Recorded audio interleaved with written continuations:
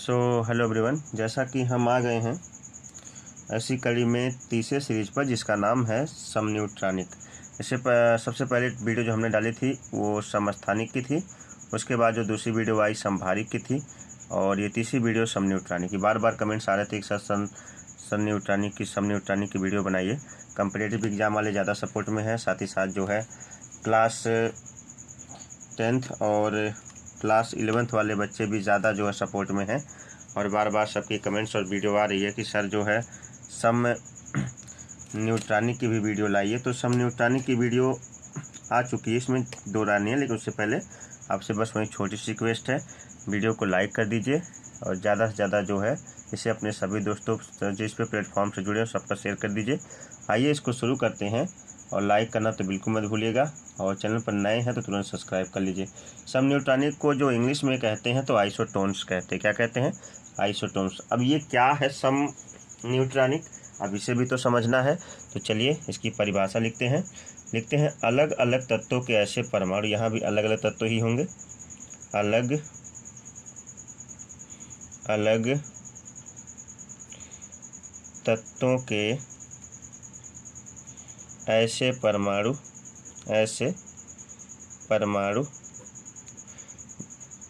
जिनमें न्यूट्रॉनों की संख्या समान होती है, जिनमें न्यूट्रॉनों की संख्या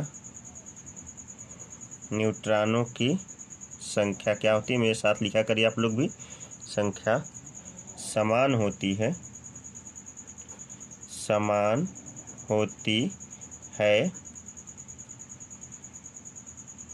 समन्यूट्रॉनिक। क्या?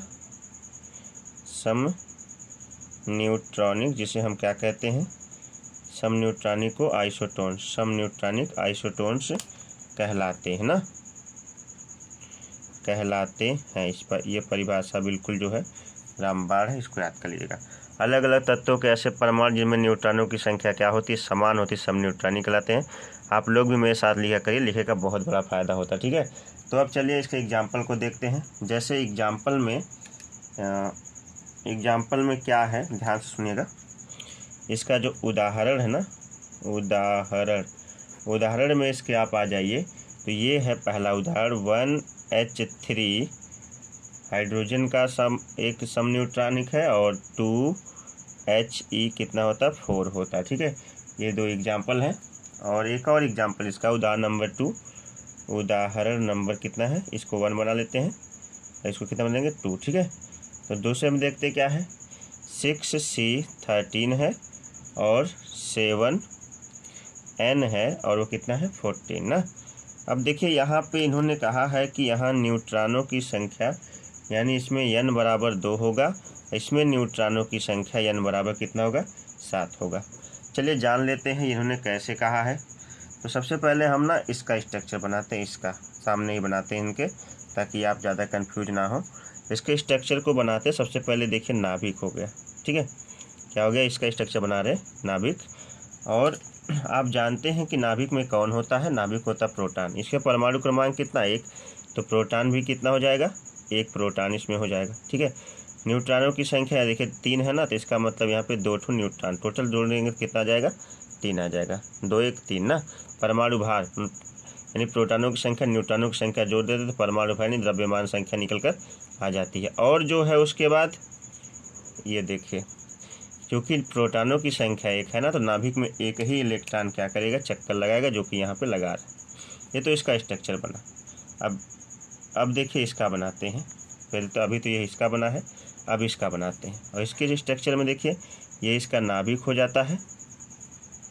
नाभिक में देखिए इसका परमाणु क्रमांक कितना है? 2 है। तो नाभिक में प्रोटॉनों की संख्या यानी n, प्रोटॉनों की संख्या भी कितनी हो जाएगी? प्रोटॉनों की संख्या 2 हो जाएगी। कितनी हो जाएगी? 2। और न्यूट्रॉनों की संख्या देखिए ये भी 2 हो जाएगी, क्योंकि देखिए यहाँ पे परमाणु भार कितना है? 4 है। न्यूट्रॉनों की संख्या कितनी आएगी? 2 आई ना। तो इसमें कितने इलेक्ट्रॉन चक्कर लगाएंगे कोषों में, ये जान लेते हैं। तो कोषों में चक्कर लगाने वाले इलेक्ट्रॉनों की संख्या कितनी है? तो वो है 1 क्योंकि परमाणु क्रमांक कितना है?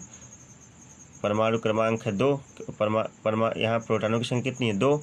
तो इलेक्ट्रॉनों की संख्या बराबर कितनी जाएगी? 2, यानी 2 इलेक्ट्रॉन क्या करेंगे? चक्कर लगाएंगे, ठीक है। तो ये चक्कर 2 इलेक्ट्रॉन लगा रहे हैं, तो और न्यूट्रॉनों की संख्या कितनी आएगी 2। तो अलग अलग तत्वों के, ये तत्व कौन सा है, ये हाइड्रोजन का सम न्यूट्रॉनिक है, और ये किसका सम न्यूट्रॉनिक है, तो ये सम न्यूट्रॉनिक है किसका, ये सम न्यूट्रॉनिक किसका है, ये जो है हीलियम का है। तो हीलियम का सम न्यूट्रॉनिक है, और ये किसका है, ये हाइड्रोजन का है। अलग अलग तत्वों के ऐसे परमाणु जिनमें न्यूट्रॉनों की संख्याएं क्या होती, समान होती, सम न्यूट्रॉनिक कहलाते हैं। देखिए न्यूट्रॉनों की संख्या 2 इसमें है, न्यूट्रॉनों की संख्या 2 इसमें है, ये एक दूसरे के क्या हो जाते हैं, सम न्यूट्रॉनिक। आइए इसी प्रकार से एक और स्ट्रक्चर से आपको समझाते हैं बेहतर समझ के लिए। तो ये दूसरा वाला जो है, पहले हम इलेक्ट्रॉनिक विन्यास कर लें। जिन्होंने मेरी इलेक्ट्रॉनिक विन्यास की वीडियो नहीं देखी वो जाकर देख सकते हैं, स्टडी सीबीएट क्लासेस पर बहुत ही बेहतर तरीके से इलेक्ट्रॉनिक विन्यास पढ़ाया गया है। आप एकदम प्राइमरी 0 लेवल से सीख सकते हैं, और मैं बहुत ही जो है स्लो पढ़ाता हूँ। जिस प्रकार से आप देख रहे होंगे आपको सब कुछ समझ में आता जा रहा होगा। इसका इलेक्ट्रॉनिक विन्यास हो जाएगा 1s2 2s2 और 2p2, ठीक 6 है ना। तो ये प्रोटॉनों की संख्या भी हो सकता है, परमाणु क्रमांक भी, और प्रोटॉनों की संख्या परमाणु क्रमांक बराबर इलेक्ट्रॉनों की संख्या। इलेक्ट्रॉनों का बंटवारा किया गया है, 2 2 4 2 6 ये भी रहेगा, ठीक है। और उसके बाद जब आप नाइट्रोजन 7 का करेंगे, N7 का करेंगे इलेक्ट्रॉनिक विन्यास, और ये 14 है। वैसे यहाँ परमाणु भार लिखने की आवश्यकता तो नहीं है, ये मैं आपकी जानकारी के लिए लिख देता हूँ क्योंकि एग्जाम्पल में है। तो 1s2 2s2 और 2p3, 2 2 4 3 7 हो जाएगा, और 7 यहाँ भी 7 यहाँ भी। प्रोटॉनों की संख्या इलेक्ट्रॉनों की संख्या और परमाणु क्रमांक क्या होते हैं, समान होते हैं। यहाँ इलेक्ट्रॉनों का बंटवारा किया गया, ठीक है। अब इनके नाभिक को बनाते हैं, चलिए, और इनका पूरे स्ट्रक्चर खींचते हैं। सबसे पहले देखिए 6 है, तो सबसे पहले नाभिक बनाएंगे। नाभिक में कौन कौन होता है आप समझ गए होंगे, और 6 इलेक्ट्रॉन चक्कर लगाएंगे। ध्यान दीजिए, ये हम किसका स्ट्रक्चर बना रहे हैं, ये C613 का बना रहे हैं, ठीक है। ये हो गया। नाभिक में कौन होता है, नाभिक में होता है प्रोटॉन। कौन होता है, प्रोटॉन। चूँकि परमाणु क्रमांक 6 है तो प्रोटॉनों की संख्या कितनी हो जाएगी, 6, और परमाणु भार 13 है, तो जो देखिए 6 7 6 कितना होता है, 13 ना। 6 6 12 7 6 13 होता है। यहाँ 7 ठो इसमें क्या हो जाएगा, न्यूट्रॉन हो जाएगा, 7 न्यूट्रॉन हो जाएगा, ठीक है। अब जो है कितने इलेक्ट्रॉन चक्कर लगाएंगे, पहले वाले कोष में देखिए, पहला वाला कोष ये है, 2 इलेक्ट्रॉन इसमें चक्कर लगाएंगे, और दूसरा वाला कोष जो यहाँ से यहाँ तक का है, 4 ठो, 1 2 3 और 4, यानी ये जो है स्ट्रक्चर है 6C13 का। उम्मीद है समझ में 7 6 13 जोड़ के 13 आ गया, और परमाणु भार कितना है, इसका परमाणु क्रमांक कितना, अच्छा है। प्रोटॉनों संख्या कितनी हो जाएगी, 6, ठीक है। सेकंड वाला देखिए, दूसरा स्ट्रक्चर वो बनाते हैं वो इसका। तो ये है सबसे पहले नाभिक, कौन है, नाभिक, और इसके साइड में कौन चक्कर लगा रहा है, इसके साइड में चक्कर लगा रहे हैं इलेक्ट्रॉन्स ना। कौन चक्कर लगा रहे, इलेक्ट्रॉन्स। चलिए, नाभिक में प्रोटॉनों की संख्या कितनी है, प्रोटॉनों की संख्या है p। प्रोटॉनों की संख्या देखिए, क्योंकि परमाणु क्रमांक कितना है, परमाणु क्रमांक तो है 7, तो प्रोटॉनों की संख्या भी कितनी हो जाएगी, 7 हो जाएगी। चलिए, p कितना है, 7 आ गया। और देखिए परमाणु भार टोटल कितना है, परमाणु भार है इसका 14। इसका मतलब ये हो जाएगा, परमाणु भार यदि 14 है तो हम क्या करेंगे, ध्यान सुनिएगा, तो हम जो है न्यूट्रॉनों की संख्या भी रख देंगे 7। कितने रख देंगे, 7 7 14 हो जाएगा कि नहीं। इसमें न्यूट्रॉन कितने, 7, इसमें न्यूट्रॉन कितने हो गए, 7 दिख रहा है, पर इसका पर प्रोटॉनों की संख्या कितनी है, 7 है। तो इलेक्ट्रॉन कितने चक्कर लगाएंगे, 7, क्योंकि प्रोटॉनों की संख्या बराबर इलेक्ट्रॉनों की संख्या, इलेक्ट्रॉनों की संख्या बराबर तत्वों का परमाणु क्रमांक। इसमें 7 इलेक्ट्रॉन क्या करेंगे, चक्कर लगाएंगे। देखिए ये 2 ठो तो यहाँ लगा रहे हैं पहले वाले कोष में, 2, ठीक है, 2 पहले वाले कोष में लगा रहे हैं, फिर ये जो है 7 में हो जाएंगे।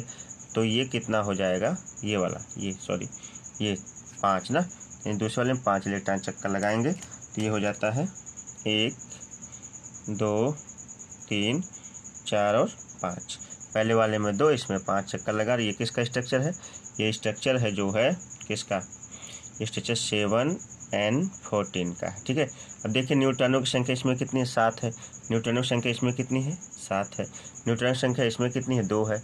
इसमें कितनी है, 2 है। तो इस तरह से आप जो है कह सकते हैं सम न्यूट्रॉनिक उन्हें कहते हैं जो 2 अलग अलग तत्व हो, ऐसे तत्वों के परमाणु होते हैं जिनमें न्यूट्रॉनों की संख्या क्या होती है, समान होती है। जैसे ये हाइड्रोजन था और ये हीलियम है, ये कार्बन है तो ये नाइट्रोजन है, ठीक है। अलग अलग तत्व हो जाते हैं जिनमें क्या होता है, जिनमें न्यूट्रॉनों की संख्या क्या होती है, समान होती है, किंतु प्रोटॉनों की संख्या भिन्न भिन्न होती है। ऐसे तत्व एक दूसरे के क्या कहलाते हैं, ऐसे तत्व एक दूसरे के सम न्यूट्रॉनिक कहलाते हैं। तो उम्मीद करता हूँ कि आज की जो वीडियो रही सब न्यूट्रॉनिक वाली बहुत ही बेहतर तरीके से समझ में आएगी। मैंने समझाने का पूरा प्रयास किया है, और जो भी चीज़ें नहीं समझ में आती हैं कमेंट बॉक्स में कमेंट करके पूछ लिया करिए, मैं आपके सभी प्रश्नों का जवाब तुरंत दे दूंगा। चैनल पर नए हैं तो सब्सक्राइब कर लीजिए, वीडियो को लाइक करें और ज़्यादा से ज़्यादा अपने सभी दोस्तों तक, सभी मित्रों तक, यारों तक, जो भी कम्पिटिटिव एग्जाम की तैयारी कर रहे हो या क्लासेस एग्जाम की तैयारी कर रहे हो, जहाँ भी तैयारी कर रहे हो, जो बेहतर तरीके से उनको समझ में आए। तो मिलते हैं एक नई वीडियो के साथ, तब तक के लिए आप सभी को नमस्कार, बाय बाय, जय Hind, have a nice day.